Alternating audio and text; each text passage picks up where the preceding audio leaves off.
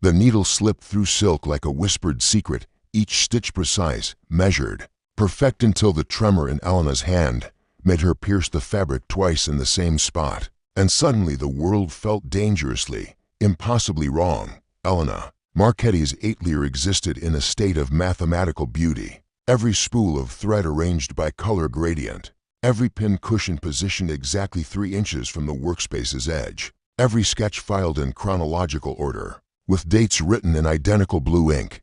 She had built her reputation on perfection. Gowns that fit like second skin seemed so flawless they seemed to defy physics. Embroidery that told stories in threads finer than human hair.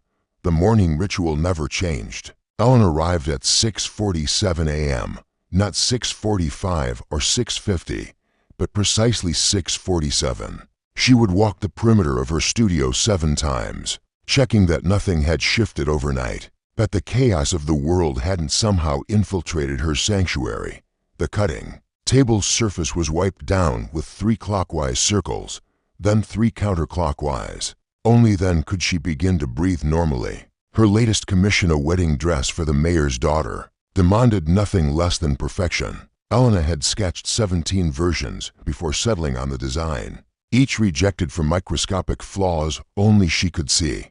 The bodice required 4,847 hand-sewn pearls, a number she'd calculated precisely to achieve optimal visual balance. She'd already attached 2,891, counting each one 3 times to ensure accuracy. The studio door chimed at exactly 9:15 a.m., 15 minutes after opening time. Elena's shoulders tensed. She preferred appointments scheduled to the minute, disruptions, MEASURED, and contained.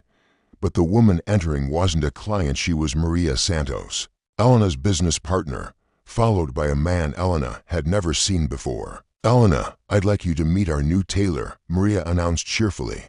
"Diego Castellanos. He comes highly recommended from Milan."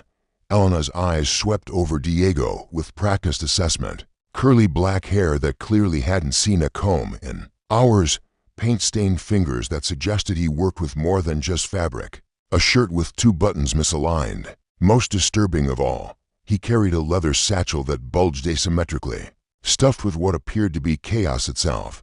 "Pleasure to meet you," Diego said, extending a hand that Elena couldn't bring herself to shake, not because she was rude, but because she'd already counted the ink stains on his fingers. 11, and the number felt wrong. Incomplete, dangerous. "Yes," she managed, stepping back to maintain the precise 18-inch distance she preferred between herself and others. "Maria mentioned we might need additional help."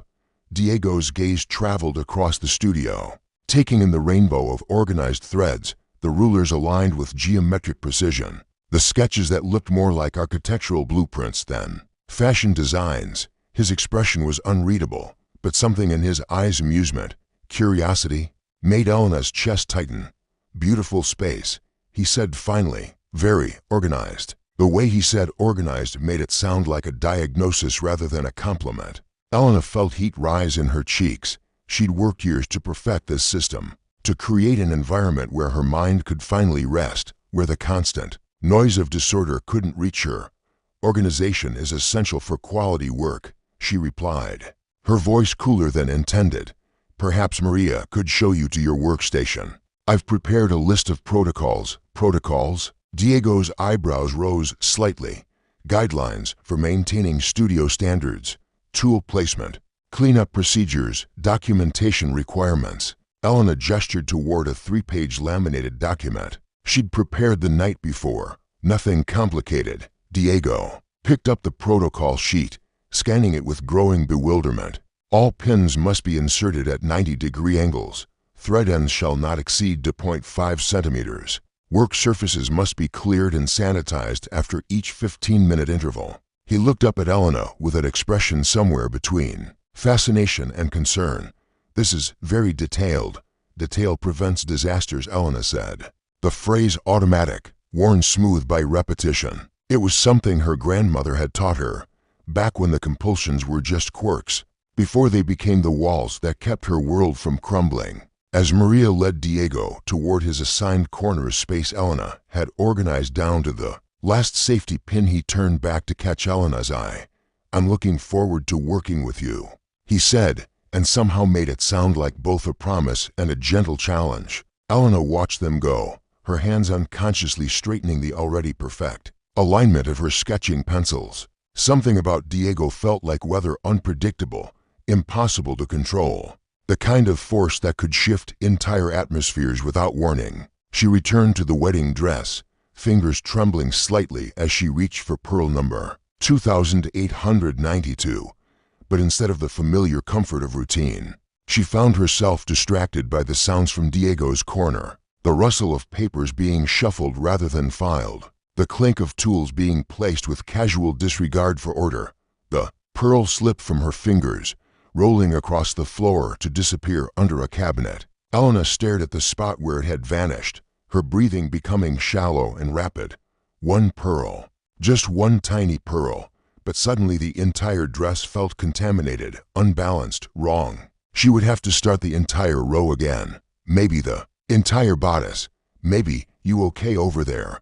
Diego's voice cut through her spiraling thoughts. Elena looked up to find him watching her with an expression of genuine concern. Not the mixture of pity and irritation she usually saw when people witnessed her struggles. For a moment, the counting stopped, the rules quieted, and she saw herself through his eyes, a woman crouched on the floor, searching desperately for a single pearl in a studio full of thousands. "Fine," she whispered, but they both knew it was a lie. 3 weeks of coexistence had established an unspoken Cold War. Diego's corner of the studio had become what Elena privately called the disaster zone. Fabric scraps scattered like fallen leaves, sketches pinned to the wall at angles that made her eye twitch, and tools that seemed to migrate nightly to impossible locations. Yet somehow, impossibly, his work was extraordinary. Elena found herself stealing glances at his creations during her precisely timed breaks. A jacket that curved around the mannequin like liquid architecture, a skirt with pleats that caught light and shadow in ways that defied geometry. Most infuriating of all, his seams were flawless despite his complete disregard for her protocols. "How?" she finally asked one afternoon, the question escaping before she could stop it. Diego looked up from where he was draping fabric directly on a dress form. No pattern, no measurements, just intuition and an eye that seemed to understand bodies better than her mathematical calculations ever could. "How what?" He secured a pin with casual precision that made Elena's organized soul weep with envy. "How do you make it look so?" She searched for the word that wouldn't expose too much of her desperation. "Effortless," Diego smiled, expression warm enough to melt her careful distances.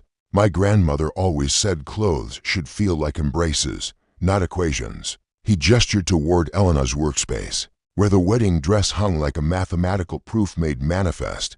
"You count every thread, measure every seam. But sometimes the most beautiful things happen in the spaces between the rules." Elena's hands clenched involuntarily. Rules prevent mistakes. Chaos creates disasters, does it? Diego abandoned his draping to face her fully. "That dress you're working on, it's technically perfect. Every pearl placed with surgical precision. But when I look at it, I don't see love or joy or celebration. I see fear." The words hit Elena like physical blows. She stepped backward, bumping into her cutting table and sending 3 spools of thread rolling onto the floor. The sight of them scattered and uneven sent panic shooting through her nervous system. "I need to," she began, dropping to her knees to collect the spools. "Elena, wait." Diego was beside her in an instant, but he didn't touch the spools, didn't try to help in the way that would only make her counting more complicated. Instead, he simply sat on the floor next to her, close enough that she could smell the coffee on his breath and the faint scent of cedar from his cologne. "My first teacher in Milan," he said quietly, had hands that shook so badly she could barely hold a needle. "Parkinson's, we thought." But her embroidery was like poetry, every imperfect stitch somehow contributing to something more beautiful than any machine could create. Elena's hands stilled on the spools. What happened to her? "She taught me that perfection isn't about control. It's about truth. About letting the work show you who you really are, fears and all." "I can't," Elena whispered. "If I don't count, if I don't check, if I don't, everything falls apart. everything becomes dangerous. Diego was quiet for so long Elena thought he might have given up on her, dismissed her as another casualty of her own mind. Then he spoke, his voice carrying a gentleness she'd never heard before. When did it start? The question opened something in Elena's chest, a place she'd kept locked for so long she'd forgotten it existed. I was 7. My mother was driving us to my dance recital. She was rushing, running late, and I kept asking her to check that my costume was perfect, that every sequin was still attached. She got frustrated, told me to stop obsessing over things that didn't matter. Elena's voice cracked. She took her eyes off the road for just a second to look back at me. And she didn't need to finish. Diego nodded with the understanding of someone who recognized trauma's signature in another person's story. The accident wasn't your fault, he said simply. But if I hadn't distracted her, if I hadn't needed everything to be perfect, you were 7 years old, who wanted her costume to look beautiful. That's not a crime, Elena. That's not a sin that requires a lifetime of penance. Elena looked down at the spools in her hands, 3 of them, arranged in a triangle, the kind of imperfect symmetry that would normally send her spiraling. But sitting here on the floor next to Diego, something in her chest began to unknot. I don't know how to be any other way, she admitted. You don't have to change overnight, Diego said. But maybe you could try letting one thing be imperfect. Just one small thing. Elena's gaze fell on the wedding dress hanging in the distance, its mathematical perfection suddenly looking less like achievement and more like imprisonment. The missing pearl she'd never found still haunted her, pearl number 2892. The one that had rolled away and taken her peace with it. The dress, she said slowly. I could leave one pearl off. Just one. Diego's smile was radiant. Just one. That evening, as Elena worked alone in the studio's golden lamplight, she found herself looking for imperfections instead of erasing them. A slightly uneven hemline that gave the skirt more movement. A seam that wandered minutely from its prescribed path, but somehow made the bodice hug more naturally. For the first time in 23 years, Elena Marchetti deliberately chose to leave something unfinished, uncounted. Imperfect. And the world didn't end. In fact, as she stepped back to examine the dress with its 4,846 pearls instead of 4,847, something extraordinary happened. The gown looked more beautiful than it ever had, as if that single missing pearl had given it permission to breathe, to be human, to be real. When Diego arrived the next morning, at his usual unpredictable time, he found Elena standing before the dress with tears in her eyes. How does it feel? He asked softly. Elena considered the question seriously, taking inventory of her body, her mind, her heart. The familiar anxiety was still there, would probably always be there in some form. But underneath it, like a river running beneath ice, she felt something she'd almost forgotten existed. Like maybe I could try to pearls tomorrow, she whispered. Diego's hand found hers, and for the first time in decades, Elena didn't pull away. 6 months later, Elena's studio looked like a place where creativity and consciousness had learned to dance together. Her tools were still organized, some habits were too deeply woven to unravel completely, but now inspiration boards featured sketches with deliberate asymmetries, and fabric samples were arranged in gradients that celebrated subtle variations, rather than demanding perfect uniformity. The wedding dress had been delivered to wild acclaim. The bride's mother had wept at the fitting, saying she'd never seen a gown that looked so alive, so joyful. Fashion Week critics had called it Elena's breakthrough work, technically masterful yet emotionally resonant. One review read, "Marchetti has found the sweet spot between precision and passion." They didn't know about the missing pearl, of course. That secret belonged to Elena and Diego. A private revolution counted not in threads but in trust. This morning Elena was working on her most ambitious project, yet a collection called Beautifully Broken, that celebrated the kinds of imperfections she'd once feared. A jacket with one sleeve slightly longer than the other, creating an elegant asymmetry. A dress where the pattern shifted subtly from precise geometry to organic flow. A coat with buttons that spiraled rather than marched in perfect lines. Diego's influence showed in every piece, but not in the way she'd feared. He hadn't destroyed her precision, he'd taught her to wield it with wisdom rather than terror. "Morning, beautiful," he said, arriving with 2 cups of coffee and that easy smile that still made her heart skip unpredictably. They'd been officially together for months, though Elena sometimes felt they'd been circling each other since that first day, learning each other's languages of love and limitation. "I finished this spiral coat," she announced, gesturing toward a burgundy wool creation that seemed to move even while standing still. Diego set down the coffee and walked slowly round the garment, his artist's eye-catching details Elena had worried over, and then, miraculously, released. "It's incredible," he said finally. "You've created controlled chaos, is that what it is?" Elena joined him in studying her work. "Sometimes I still don't know if I'm healing or just finding more sophisticated ways to hide." It was the kind of raw honesty that had become natural between them. Diego had taught her that vulnerability wasn't weakness, it was the thread that wove authentic connections between human hearts. "Both, probably," he said, sliding his arms around her waist, in a gesture that had taken her months to accept without stiffening. "Healing isn't linear. It's more like embroidery. Sometimes you have to pull out stitches and start again. And sometimes the mistakes become the most beautiful part of the pattern." Elena leaned back against his chest, marveling at how safe she felt in his embrace. His love didn't demand perfection or punish her for the rituals she couldn't abandon. Instead, he'd learned to work within her boundaries while gently encouraging her to expand them. "Maria wants to enter the collection in the international fashion competition," she said. "That's amazing. Are you ready?" Elena considered the question seriously. 6 months ago, the thought of strangers scrutinizing her work for flaws would have sent her into a spiral of checking and rechecking that could last for days. Now, while the anxiety was still present, it felt manageable, contained within boundaries she could navigate. "I think so. The pieces feel true, you know, like they're showing the world something real about beauty and brokenness and how they can coexist." Diego turned her in his arms so they were face to face. His eyes held the kind of steady acceptance she'd spent 30 years believing was impossible to find. "You know what I think?" "What?" "I think you've always been an artist. The counting, the organizing, the need for control, those were never your enemy. They were just tools you used to survive, until you were strong enough to transform them into something else." Elena felt tears prick her eyes, but they were the good kind. The kind that washed clean instead of drowning. "You see me differently than I see myself." "I see you clearly," Diego corrected gently. "The perfectionist and the artist, the wounded child and the strong woman, the part that needs order and the part that's learning to dance with chaos. All of it.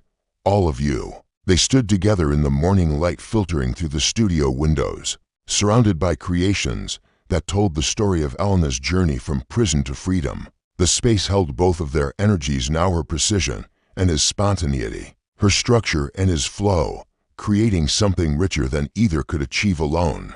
"I have something for you," Diego said, reaching into his perpetually disorganized satchel. He pulled out a small velvet box that made Elena's breath catch. "Diego, it's not what you think," he said quickly, opening the box to reveal not a ring but a single pearl. Pearl number 2892.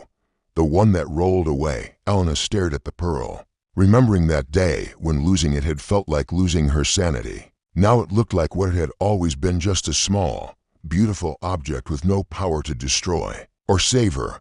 "Where did you find it?" "Under the cabinet, just like you thought. I noticed it that first week, but I waited until you were ready to have it back." His smile was tender, understanding. "The question is, what do you want to do with it?" Elena took the pearl from the box, rolling it between her fingers. She could sew it onto the next dress, completing the mathematical perfection she'd once thought essential, or she could keep it as a reminder, a symbol of how much she'd changed. Or she walked to the window and opened it, letting the morning air fill the studio with the sounds of the city waking up, car horns and bird songs and human voices, creating a symphony of beautiful imperfection. "I want to let it go," she said, and without ceremony, she released the pearl into the wind. They watched it disappear into the urban landscape below, one small imperfection joining the vast, chaotic, magnificent mess of the world. "How does that feel?" Diego asked. Echoing his question from months ago, Elena took inventory of her heart, her mind, her carefully reconstructed sense of self. The anxiety was there, would probably always be there in some form, but so was something else, a sense of possibility, of space to breathe and grow and become. Like maybe perfect isn't about having every thread in place, she said slowly. Maybe it's about having the courage to show your broken pieces and trust that someone will see them as beautiful. Diego pulled her close, and Elena melted into his embrace without counting the seconds or calculating the angle of their bodies. Some things, she'd learned, were too precious to measure. As they stood together in the studio, where fear had transformed into love and rigid control had softened into flexible strength, Elena realized she'd found something better than perfection. She'd found truth, messy, complicated, gloriously imperfect truth. Outside the window, the city hummed with the rhythm of 10 million imperfect lives, creating something beautiful together. And in her studio, surrounded by garments that celebrated the spaces between perfection and reality, Elena Marchetti finally understood that the most beautiful things weren't made despite their flaws. They were made more beautiful because of them. As Elena and Diego begin their new collection celebrating beautiful imperfection, we're left to wonder, in a world that constantly demands perfection from us in our work, relationships, and even our struggles with mental health, what would happen if we embraced our flaws as features rather than bugs? What beauty might we create if we stopped trying to fix ourselves and started celebrating the magnificent complexity of being beautifully, imperfectly human?